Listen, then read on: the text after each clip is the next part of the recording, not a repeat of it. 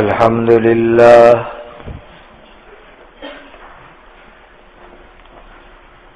الحمد لله الذي هدانا للإسلام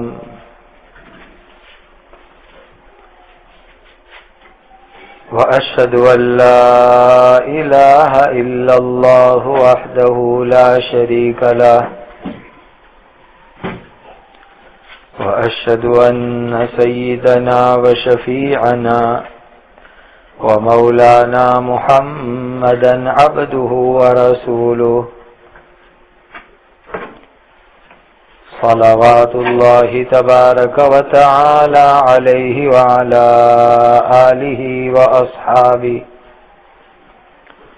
وذرياته وأهل بيته وأهل طاعته وبارك وسلم تسليما كثيرا كثيرا أما بعد فأعوذ بالله من الشيطان الرجيم بسم الله الرحمن الرحيم وتفقد الطير فقال ما لي لا أرى الهدهد أم كان من الغائبين لو عذبنه عذابا شديدا أو لأذبحنه أو ليأتيني بسلطان مبين فمكث غير بعيد فقال أحط بما لم تحط به وجئتك من سبأ بنبأ يقين إني وجدت امرأة تملكهم وأوتيت من كل شيء ولها عرش عظيم صدق الله مولانا العظيم.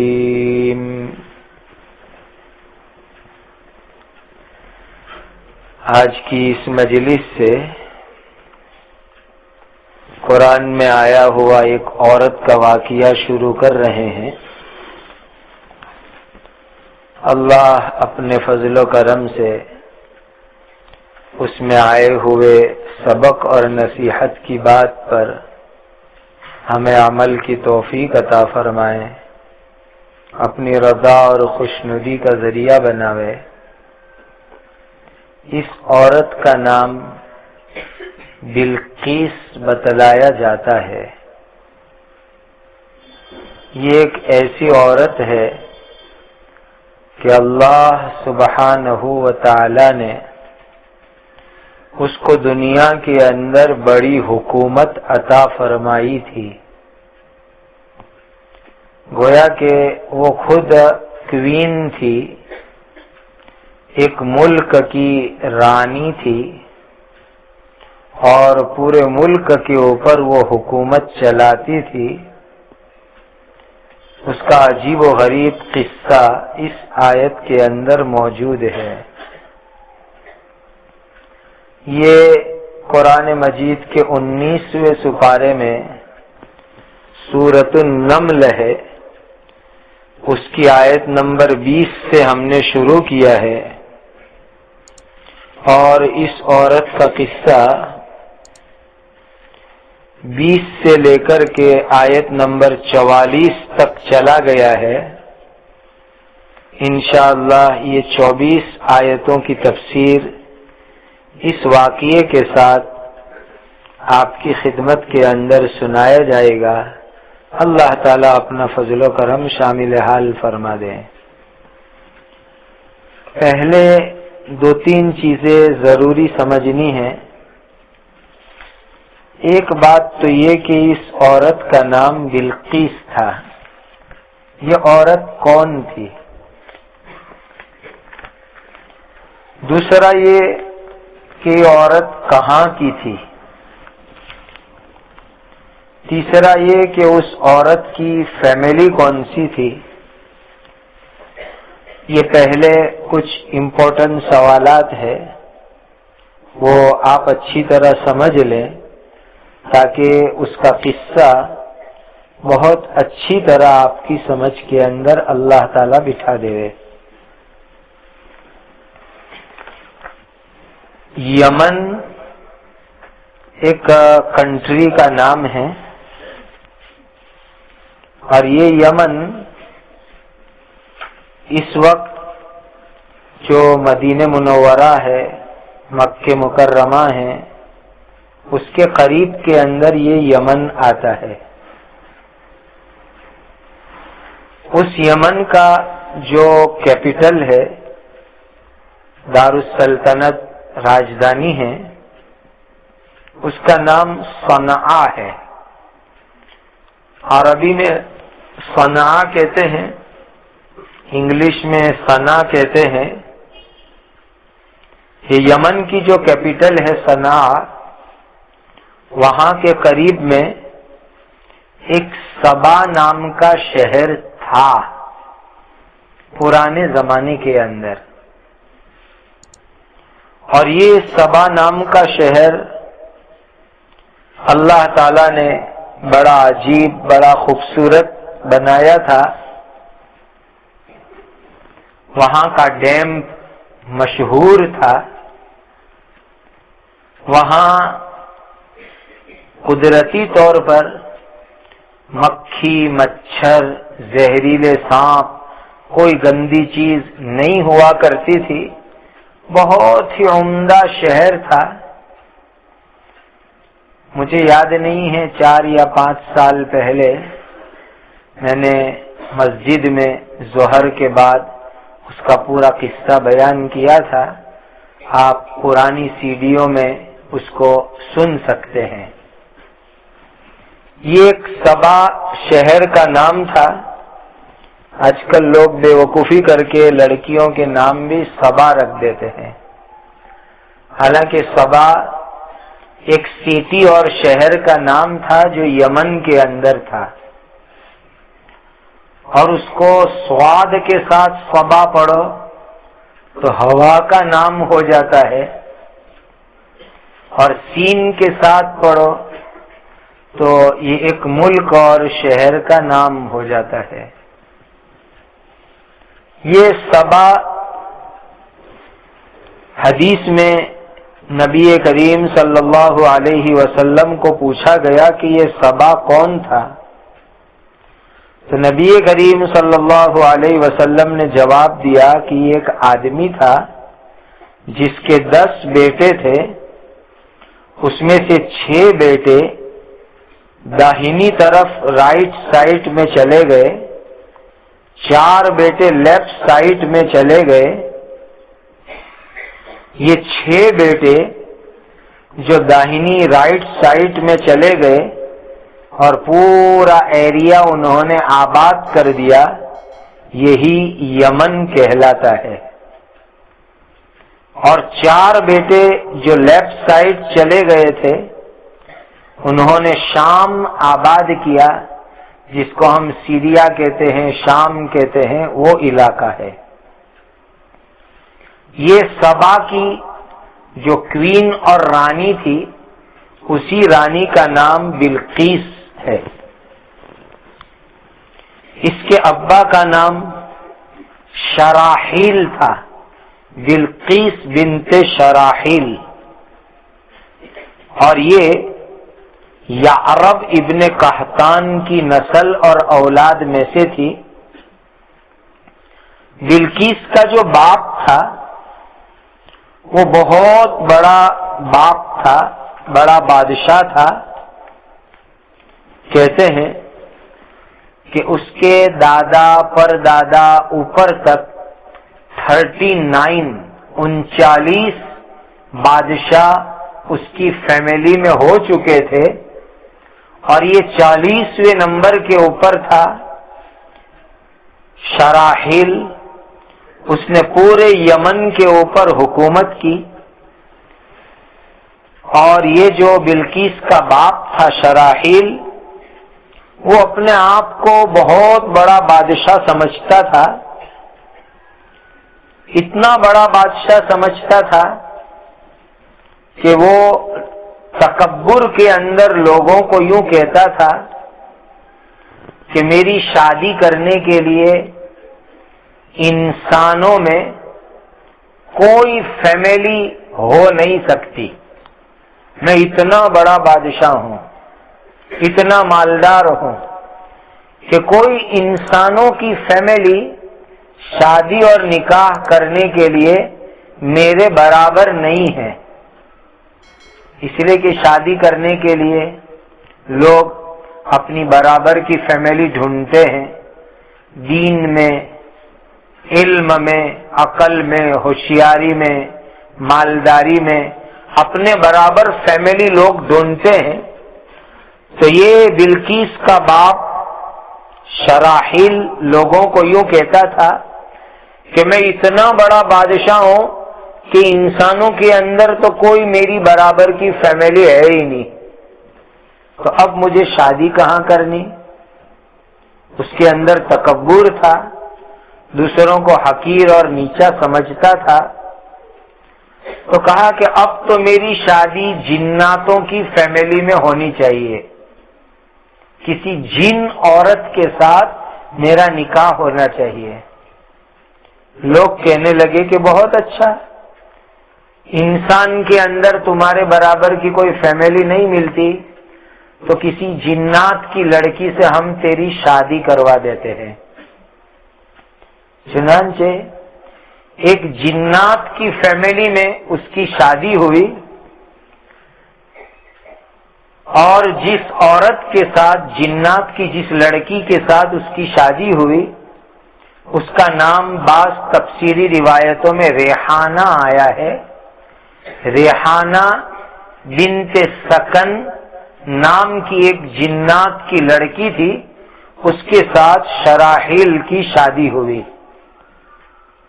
بعض کہتے ہیں کہ بلعما یا بلعما یا بلقما بنت شیسان، شین اور صاد، بلقما یا بلقما یا بلعما یا بلقما بنت شیشان نام کی ایک جنات کی لڑکی کے ساتھ اس کی شادی کرائی گئی۔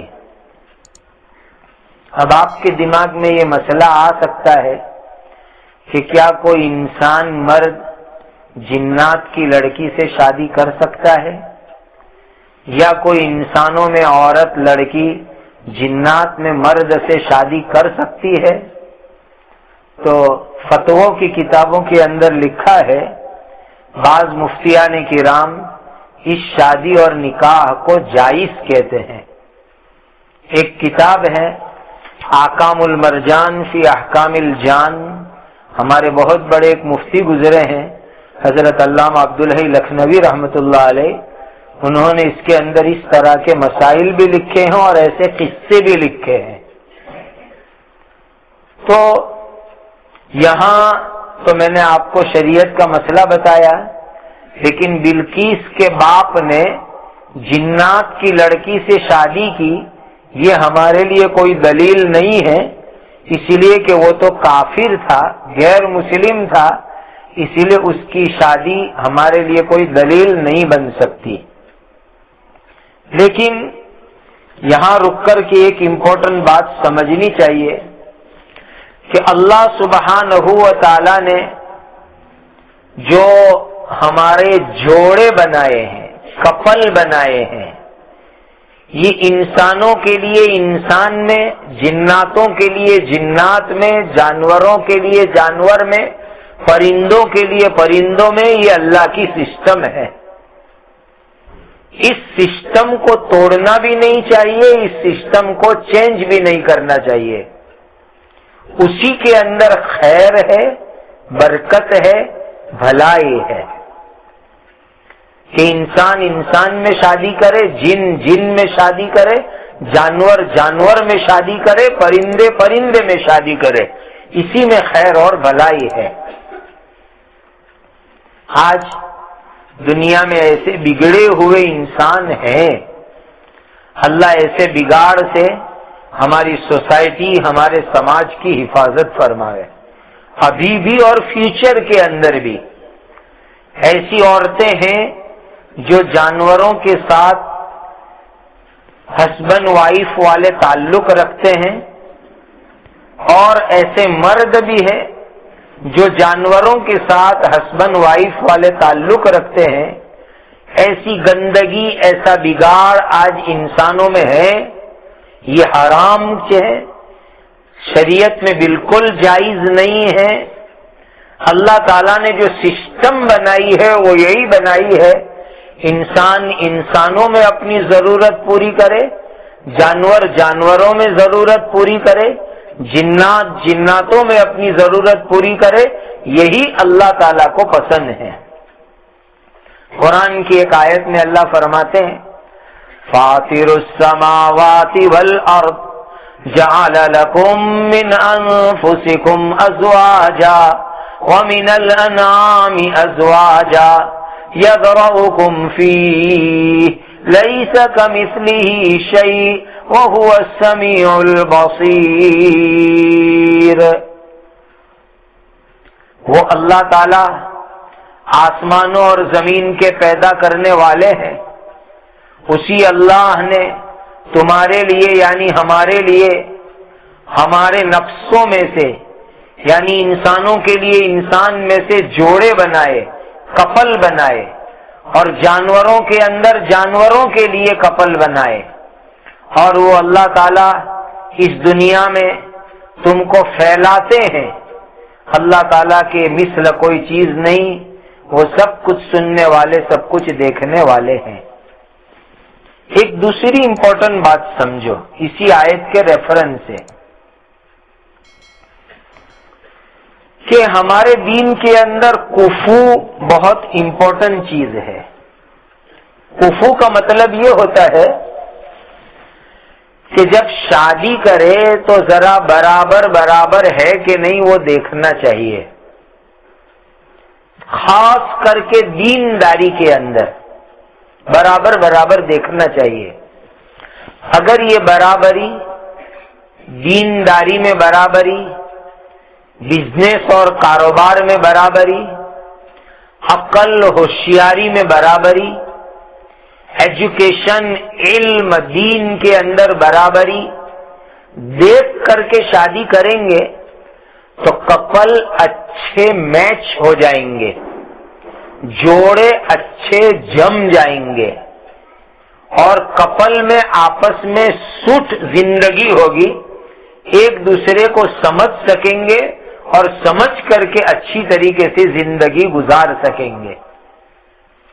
اگر میچ نہیں ہو، جیسے کہ آج کل ایک بیماری چل رہی ہے، ایک غلط رواج بن رہا ہے انٹرنیٹ کے ذریعے چوائس کرنے کا، اپنی پسند سے چوائس کرنے کا، اور فانی چیزوں کو دیکھ کر کے چوائس کرنے کا، تو اس میں تھوڑے دن تو اچھا لگتا ہے، لیکن لانگ ٹرم اس کے اندر نقصان ہوتا ہے۔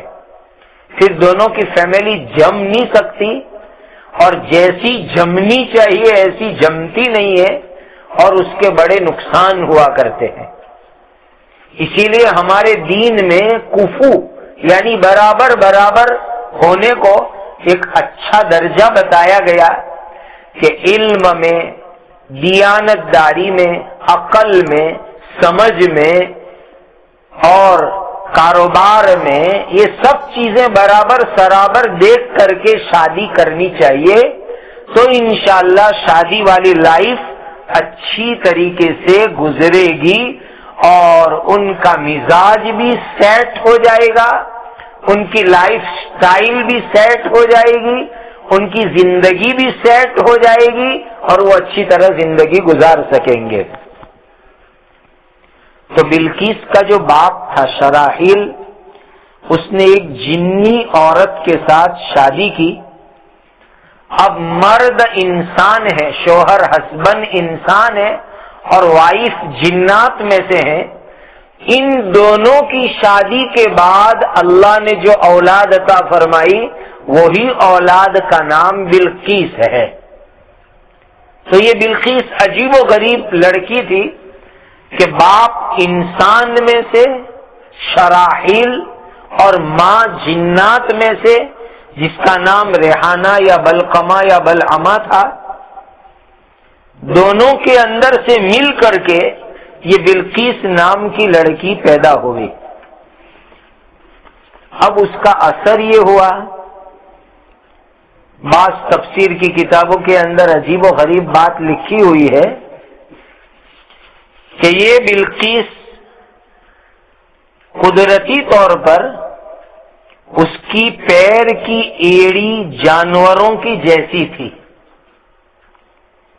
ظاہر بات ہے کہ دو الگ الگ میں سے یہ لڑکی پیدا ہوئی تو ایسا پاسبل ہے کہ اس کی پیر کی ایڑی یہ جانوروں کی طرح تھی، یعنی بعض جانوروں کے پیر میں کھوری ہوتی ہے، کھور، جیسے کہ گھوڑا ہے، گدھا ہے، خچر ہے، اونٹ ہے، ان کے پیروں، گھوڑا، گدھا، خچر، ان کے پیر میں کھور ہوتے ہیں، کھری جس کو کہتے ہیں، تو کھور کی طرح یہ اس کے پیر تھے، اور اس عورت کو اللہ تعالی نے لمبے لمبے گھنے بال عطا فرمائے تھے۔ یہ حضرت عبداللہ ابن عباس رضی اللہ تعالی عنہما کی ایک روایت ہے جس کو امام سیوطی رحمت اللہ علیہ نے نقل کی ہے۔ یہ بلقیس، جیسا کہ آپ نے سنا، اس کا باپ انسان اور ماں جن میں سے،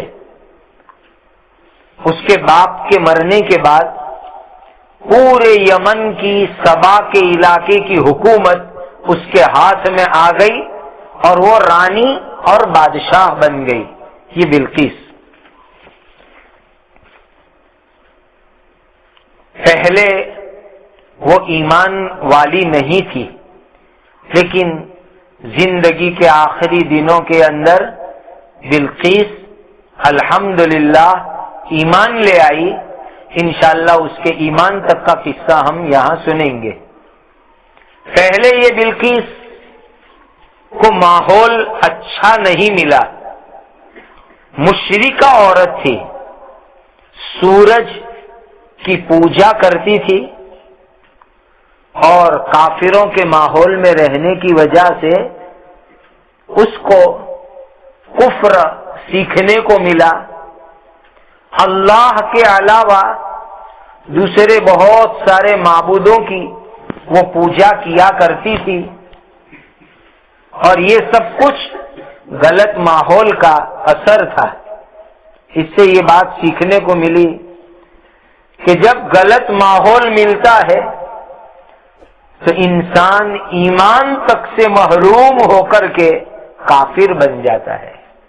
اللہ کا بہت بڑا احسان، ہم کو ماں باپ بھی ایمان والے ملے، ماحول بھی ایمان والا ملا۔ اللہ تعالی ہمیشہ ہم کو ایمان کے ساتھ باقی رکھے۔ کفر اور شرک کا ماحول ملتا ہے تو نعوذ باللہ انسان کافر بن جاتا ہے۔ بلقیس کے اندر جو کچھ تھا وہ ماحول کا اثر تھا، اور ماحول برا ملنے کی وجہ سے وہ کافرہ بن گئی۔ اس کے باپ جب مر گیا تو پورے ملک کی حکومت اس کے ہاتھ میں آ گئی، اور اللہ تعالیٰ کی طرف سے حکومت ملی، ملک ملا، تو وہ رانی بن گئی۔ اس کی ایک پارلیمنٹ تھی، اس پارلیمنٹ کے اندر 312 بڑے بڑے اس کے منسٹر تھے، اور ہر منسٹر کے انڈر میں، ماتحتی میں 10,000 چھوٹے چھوٹے لوگ ہوا کرتے تھے۔ گویا 312 اس کے بڑے بڑے سردار، اور ہر سردار کے ہاتھ کے نیچے 10,000۔ اور بعض تفسیر میں لکھا ہے کہ اس کے بڑے بڑے لشکر کے 12,000 کمانڈر تھے، اور ہر کمانڈر کے انڈر میں ہاتھ نیچے 1,00,000 سپاہیوں کی، سولجرز کی آرمی اور فوج ہوا کرتی تھی۔ اتنا بڑا لشکر، اتنی بڑی پارلیمنٹ، اللہ تعالیٰ نے بلقیس کو عطا فرمائی تھی، اور اس کا ایک بہت بڑا عالی شان محل تھا، عجیب و غریب عالی شان محل، اور محل کے جتنے بھی دروازے تھے ان تمام دروازوں کو وہ تالا مارتی تھی، اور چابی اپنے تکیے کے نیچے رکھ کر کے رات کو سویا کرتی تھی۔ گویا اللہ نے حکومت بھی دی، بڑی پارلیمنٹ بھی دی، بڑی آرمی، بڑا لشکر بھی دیا، اور مال بھی دیا، اور اللہ تعالیٰ نے اس کو ایک عظیم تخت بھی عطا فرمایا تھا۔ یہ تخت کیا چیز ہوتی ہے؟ پرانے زمانے کے اندر جو کنگ اور بادشاہ لوگ ہوتے تھے وہ اپنی حکومت چلانے کے لیے شاندار تخت پر بیٹھتے تھے، اور اس پر بیٹھ کر کے وہ اپنی حکومت چلاتے تھے۔ قرآن میں خود اللہ تعالیٰ ارشاد فرماتے ہیں کہ بلقیس کو جو اللہ تعالیٰ نے تخت دیا تھا، وَلَهَا عَرْشٌ عَظِيمٌ، بلقیس کا تخت بہت بڑا تھا۔ کتنا بڑا اس کا تخت تھا؟ ایک تفسیر کے اندر اس کی روایت یوں آئی ہے، 80 ہاتھ لمبا، یعنی 80 مرتبہ آپ اپنا ہاتھ کرو تقریباً 120 فٹ ہوتا ہے۔ 80 ہاتھ لمبا، 40 ہاتھ چوڑا اللہ تعالیٰ نے اس کو تخت عطا فرمایا تھا۔ بعض تفسیر میں لکھا ہے 30 ہاتھ لمبا، 30 ہاتھ چوڑا، اتنا بڑا اللہ تعالیٰ نے اس کو تخت عطا فرمایا تھا۔ اس تخت پر، کرسی پر بیٹھ کر کے یہ بلقیس حکومت چلاتی تھی۔ یہ گولڈ کا، سونے کا بنا ہوا تھا، لال رنگ کے یاقوت کے پتھر، ہرے ہرے گرین رنگ کے زبرجد کے پتھر، موتی، یہ سب اس کے تخت پر لگے ہوئے تھے، اور اس کے تخت کے اوپر 7 روم تھے، اور ہر روم کا الگ الگ دروازہ تھا۔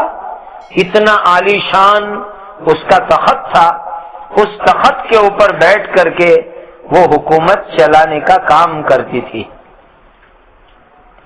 یہ بلقیس جو خود بھی کفر شرک کرتی، اس کی پبلک، اس کی عوام بھی شرک اور کفر کرتی، اور اللہ تعالی کی جو نعمت حکومت ملی تھی وہ حکومت کے اندر گناہ، شرک، کفر عام تھا، اللہ کی عبادت اور فرما برداری نہیں تھی۔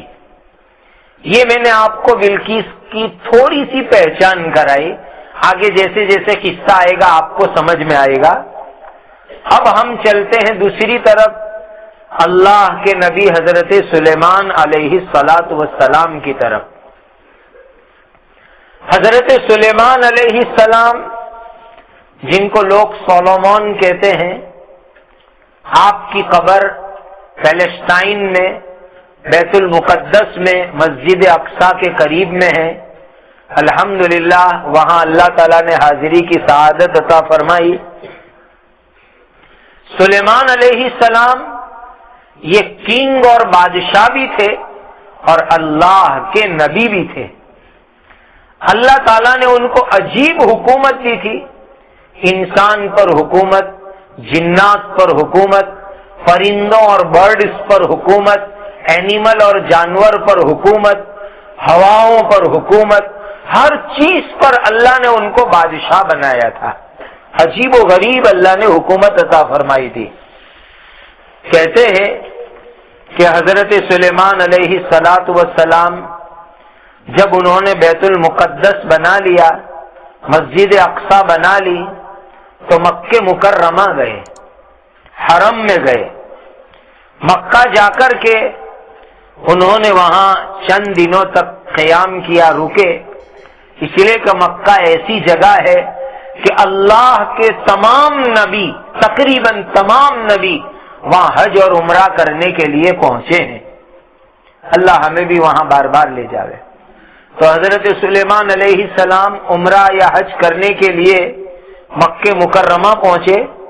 روزانہ 5000 اونٹنی، 5000 بیل، 20,000 مینڈے ذبح کر کے لوگوں کی دعوت کرتے، اور مکہ میں اپنی قوم کے سرداروں کو جمع کر کے یوں کہتے کہ یہ مکہ وہ شہر ہے جہاں اللہ کے آخری نبی حضرت محمد الرسول اللہ صلی اللہ علیہ وسلم آنے والے ہیں، اور اللہ نے ان کو یہ صفت عطا فرمائی ہے.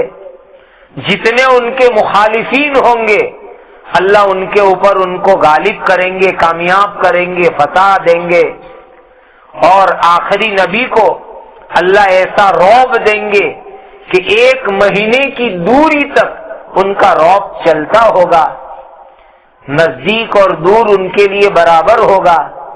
اللہ کے دین کے معاملے میں وہ کسی ملامت کرنے والے کی ملامت کی پرواہ نہیں کریں گے. تو مجمع میں حاضر لوگوں نے پوچھا کہ سلیمان علیہ السلام بتائیے کہ اللہ کے جو آخری نبی مکہ میں آنے والے ہیں ان کا دین کیا ہوگا؟ تو سلیمان علیہ السلام نے فرمایا دین توحید، یعنی حضرت ابراہیم علیہ السلام کے دین پر چلیں گے،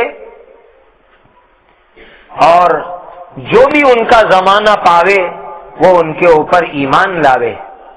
لوگوں نے مجمع میں پوچھا کہ حضرت آخری نبی کا زمانہ ابھی کتنا باقی ہے؟ تو سلیمان علیہ السلام نے فرمایا کہ 1000 سال باقی ہے. سلیمان علیہ السلام نے فرمایا کہ جو بات میں نے تم کو سنائی وہ تم نے سنی، اب جو لوگ یہاں موجود نہیں ہیں وہ دوسرے لوگوں کو یہ بات پہنچا دے رہے. گویا کہ اللہ کے دین کی تبلیغ، اللہ کے دین کی باتوں کو پہنچانا یہ سلیمان علیہ السلام کے زمانے میں بھی تھا، ہر نبی کے زمانے کے اندر تھا. حضرت سلیمان علیہ السلام نے حج کر لیا، پھر ایک دن صبح مکہ سے روانہ ہوئے. جب مکہ سے روانہ ہوئے تو زوال تک میں یمن پہنچ گئے، اسی لیے کہ حضرت سلیمان علیہ السلام کو اللہ نے ہوا پر اڑنے کی طاقت عطا فرمائی تھی، ہوا پر اڑ کے جاتے تھے. صبح میں مکہ سے نکلے، زوال تک میں یمن پہنچ گئے. حالانکہ اس زمانے میں مکہ سے یمن تک جانے میں 1 مہینہ لگتا تھا، لیکن سلیمان علیہ السلام صبح سے لے کر زوال تک میں یعنی 11-12 بجے کے وقت میں یمن پہنچ گئے. دیکھا کہ پورا یمن خوبصورت ہے، سرسبز ہے، گرینری ہے، ہرا ہرا ہے. تو حضرت سلیمان علیہ السلام وہاں اترے تاکہ دوپہر کا کھانا کھا لے وے، دوپہر کی نماز ادا کر لے وے. اسی لیے سلیمان علیہ السلام وہاں پر اترے. سلیمان علیہ السلام کے لشکر میں پرندے اور برڈز بھی ہوتے تھے، اور سسٹم یہ ہوتی تھی کہ حضرت سلیمان علیہ السلام جہاں بھی اترتے تھے تو نماز کے لیے پانی کی ضرورت پڑتی. تو اگر پانی وہاں تالاب ہے، لیک ہے، جھیل ہے، ندی ہے، ریور ہے تو بہت اچھا، ورنہ کنواں کھود کر کے پانی نکالا جاتا تھا. اب زمین میں کہاں پانی ہے یہ کون دیکھے؟ تو سلیمان علیہ السلام کے لشکر میں ایک برڈ تھا جس کا نام تھا ہدہد. یہ ہدہد برڈ آج بھی دنیا میں ہے، میں نے بھی اس کو دیکھے ہیں. یہ ہدہد برڈ بہت چھوٹا ہوتا ہے، لیکن اللہ تعالیٰ نے اس کو یہ کرامت دی ہے کہ زمین کے اندر جو پانی ہے وہ اس کو نظر آتا ہے. کتنے نیچے پانی ہے وہ اس کو دکھتا ہے. یہ عجیب پرندہ اور برڈ ہے. لیکن ساتھ میں تفسیر لکھنے والے علماء نے یہ لکھا ہے یہ ہدہد گویا انجینئر تھا. پانی اس کو دکھتا ہے زمین کے نیچے کتنے فٹ پر پانی ہے وہ بھی دکھتا ہے، لیکن کوئی شکاری اگر نیٹ رکھ دے، جال لگا دے تو وہ ہدہد کو دکھتا نہیں ہے اور وہ اس جال کے اندر پھنس جاتا ہے اور شکاری لوگ اس کا شکار کر لیتے ہیں۔ یہ عجیب اللہ کی قدرت کہ زمین کے اندر پانی دکھے گا لیکن جو نیٹ اور جال ہے وہ نہیں دکھتی اس پرندے کو۔ اور یہ اللہ سبحانہ و تعالی کی قدرت ہے کہ کوئی بھی انسان، کوئی بھی جانور اپنے ہنر پر، اپنے فن پر، اپنے علم پر تکبر نہ کرے، اتراوے نہیں۔ جو ہدہد پرندے کو زمین کے اندر پانی نظر آ سکتا ہے اس کو زمین کے اوپر بچھائی جانے والی جال نظر نہیں آتی اور وہ جال میں پھنس جاتا ہے۔ کسی کو اترانا نہیں چاہیے، اللہ تعالی کی قدرت کے اوپر بھروسہ کرنا چاہیے۔ تو ہدہد حضرت سلیمان علیہ السلام کو اللہ تعالیٰ نے یہ بھی دیا تھا کہ وہ برڈز اور اینیملز کی بات اور لینگویج کو سمجھتے تھے، ان کے ساتھ بات بھی کرتے تھے اور ان کی لینگویج بھی سمجھتے تھے۔ تو جہاں بھی ان کا لشکر اور آرمی جاتی اور وہ لوگ رکتے تو پانی کی ضرورت ہوتی تو حضرت سلیمان علیہ السلام ہدہد کو آرڈر کرتے کہ دیکھو پانی کہاں ہے۔ تو ہدہد کی جو چونچ ہوتی ہے، چانچ بہت لمبی ہوتی ہے، تقریباً 2 انچ لمبی اس کی چانچ ہوتی ہے، تو وہ چانچ کے ذریعے زمین پر نشانی کر دیتا تھا، اسکیچ بنا دیتا تھا۔ پھر حضرت سلیمان علیہ السلام جنات کو حکم دیتے اور جنات فوراً کھودنا چالو کرتے اور اندر سے پانی نکال لیتے اور وضو کر لیتے، نماز پڑھ لیتے۔ تو حضرت سلیمان علیہ السلام مکہ سے روانہ ہوئے، یمن پہنچے اور یمن کے اندر اترے۔ آپ کو نماز پڑھنی تھی، پانی کی ضرورت تھی اور پانی تلاش کرنا تھا، تو کہا کہ بلاؤ ہدہد کہاں ہے۔ ہدہد پرندے کو میں کہتا ہوں کہ وہ پانی کو بتاوے کہ پانی کہاں پر ہے۔ اسی لیے آپ کا جو برڈز ونگ تھا، یعنی پرندوں کا لشکر تھا، ان کی حاضری لی کہ معلوم کرے کون حاضر ہے کون غیر حاضر ہے۔ اب ہدہد بھی آرمی میں لشکر میں تھا، لیکن جب سلیمان علیہ السلام یمن میں پہنچے تو ہدہد ہوا میں اڑنے نکل گیا، گھومنے نکل گیا۔ یہ دیکھا کہ میں ہوا میں اڑ کر کے دور دور دیکھوں کہ یمن کی زمین کیسی ہے، کتنی لمبی ہے، کتنی چوڑی ہے، کتنی خوبصورت ہے، لہذا وہ دیکھنے کے لیے اڑا۔ جب وہ اڑا تو اس کو بلقیس کوئین کا باغ نظر آیا اور وہ بلقیس کوئین کے باغ میں پھرنے کے لیے چلا گیا، گھومنے کے لیے چلا گیا، اور ادھر حضرت سلیمان علیہ السلام ہدہد کو تلاش کر رہے ہیں کہ یہ ہدہد کہاں غائب ہو گیا، کہاں چلا گیا۔ قرآن میں اللہ تعالیٰ ارشاد فرماتے ہیں وَتَفَقَّدَ الطَّيْرَ فَقَالَ مَا لِيَ لَا أَرَى الْهُدْهُدَ أَمْ كَانَ مِنَ الْغَائِبِينَ۔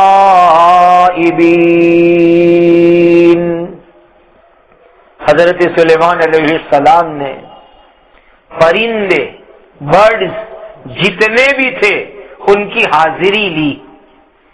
یہاں مفسرین نے ایک پوائنٹ کی بات لکھی، نقطے کی بات، کہ بڑوں کو چاہیے کہ اپنے چھوٹوں کی حاضری لیتے رہے۔ باپ کو چاہیے کہ فیملی میں جتنے بھی لوگ ہیں ان کی حاضری لے۔ ماں کو چاہیے کہ اپنے گھر کے بچے بچی سب کی حاضری لے، کون کہاں گیا، کیوں گیا، یہ سب چیزیں معلوم ہونی چاہیے۔ یہ نہیں کہ جو جس کی مرضی میں آیا گیا، جب مرضی میں آیا۔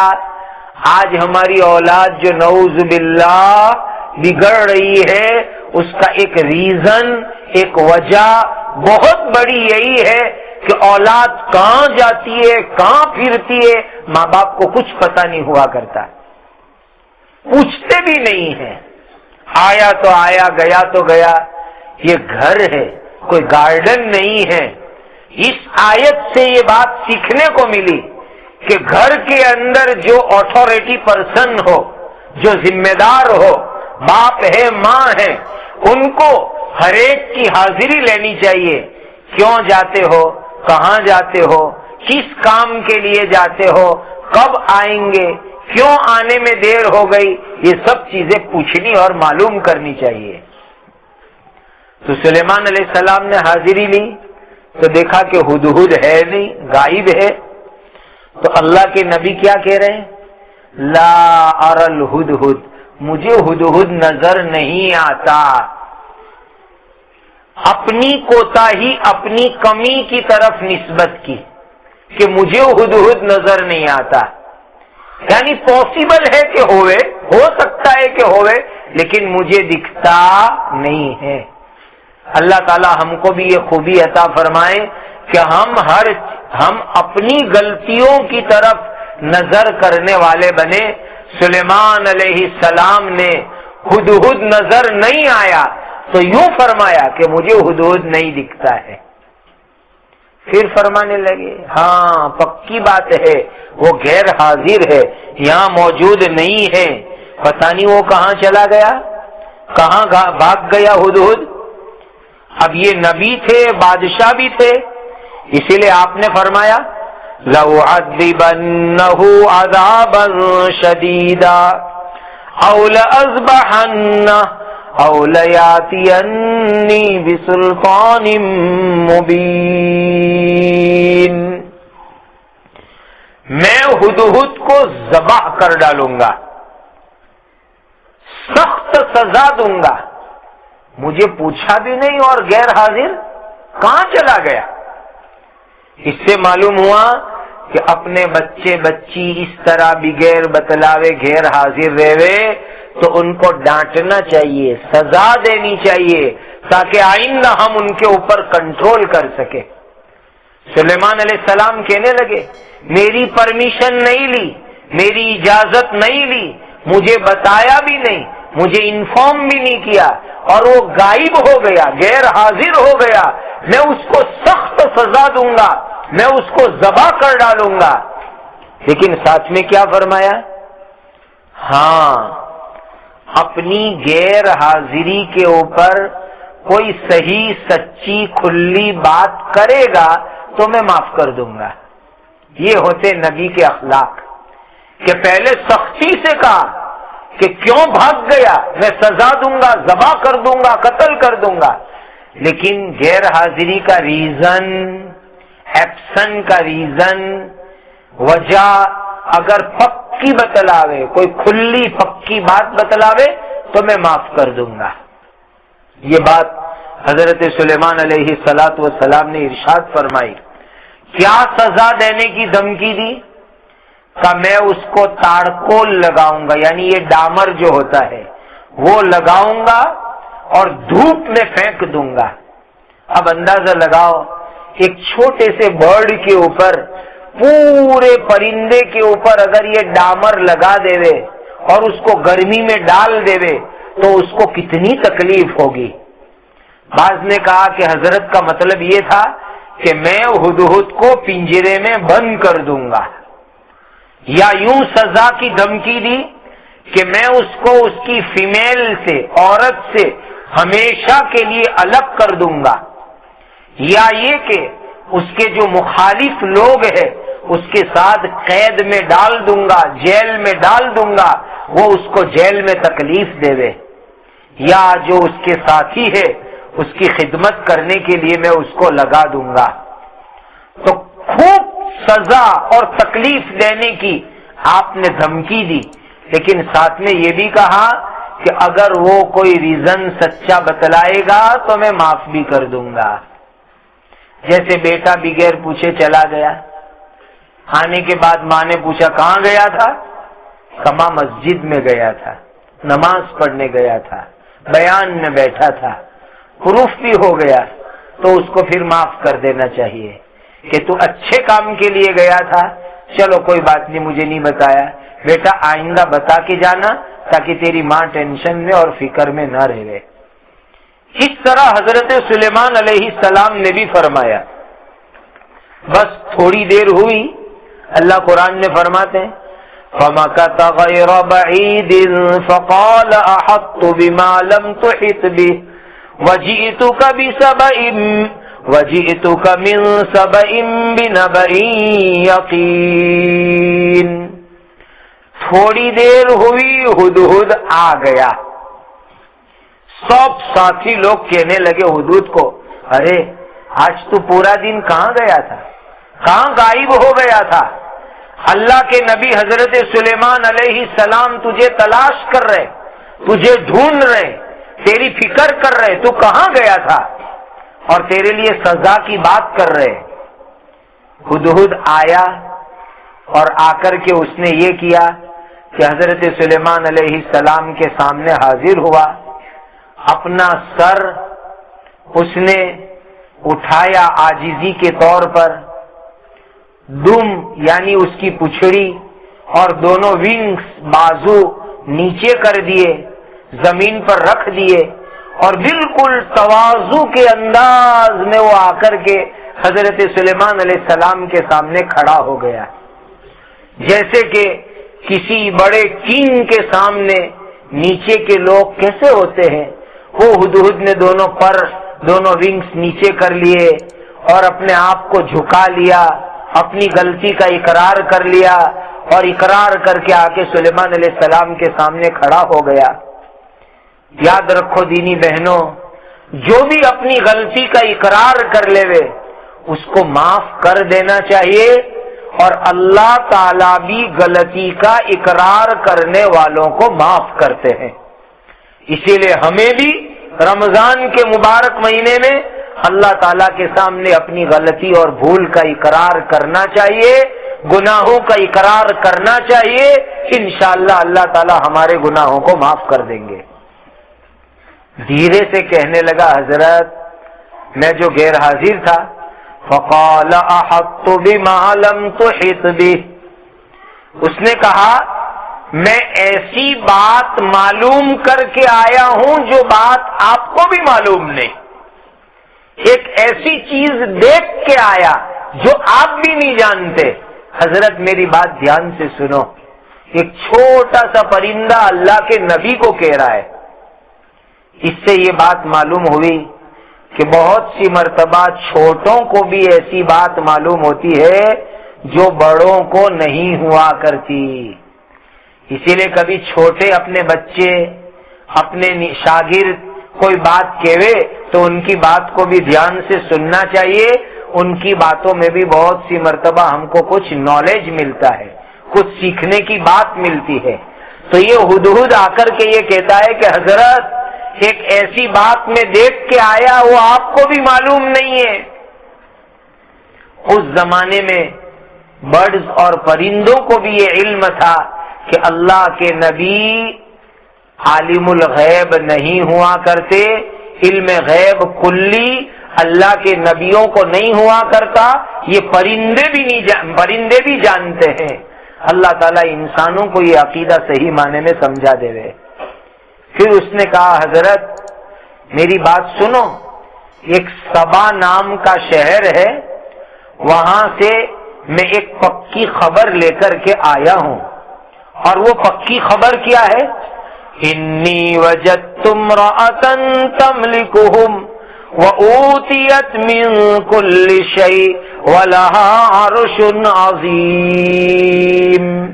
حضرت میں نے سبا یمن میں ایک عورت کو دیکھا، یہ بلقیس عورت کو دیکھا، اس کی کنٹری اور اس کے ملک کو دیکھا، اور پوری کنٹری پر وہ حکومت چلاتی ہے۔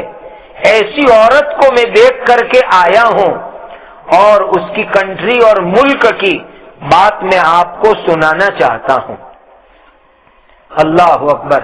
یہ ہدہد برڈ پرندہ جو ہوا میں اڑا تھا تو اڑ کر کے یہ گیا اور بلقیس کا پورا ملک، اس کی حکومت، اس کا محل اور اس کا تخت سب دیکھ کر کے آیا، اور آ کر کے حضرت سلیمان علیہ السلام کو پورا قصہ سنا رہا ہے کہ اس نے بلقیس کے ملک میں کیا دیکھا، کیسا اس کا محل دیکھا۔